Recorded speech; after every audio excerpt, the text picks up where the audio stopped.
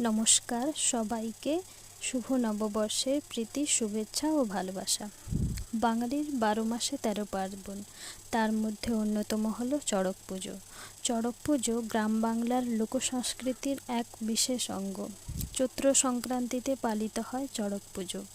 বাংলা পঞ্জিকা অনুযায়ী চৈত্র মাসের শেষ দিন অর্থাৎ চৈত্র সংক্রান্তিতে চড়ক পুজো হয়ে থাকে। চড়ক বাংলার বহু প্রাচীন পুজো, যদিও দৈহিক কষ্টের ভূমিকা আছে এই পুজোতে।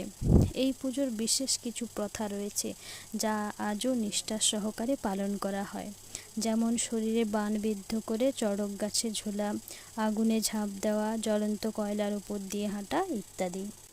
চড়ক পুজো নীল পুজো, শিবের গাজন নামেও পরিচিত।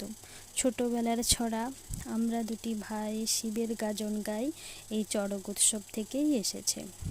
এই চড়ক পুজো বাংলার নববর্ষকে আগমনের উদযাপন করে এবং নতুন বছরের শুভ সূচনা করে।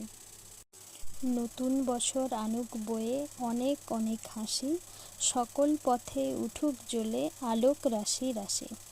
সবাইকে শুভ নববর্ষ।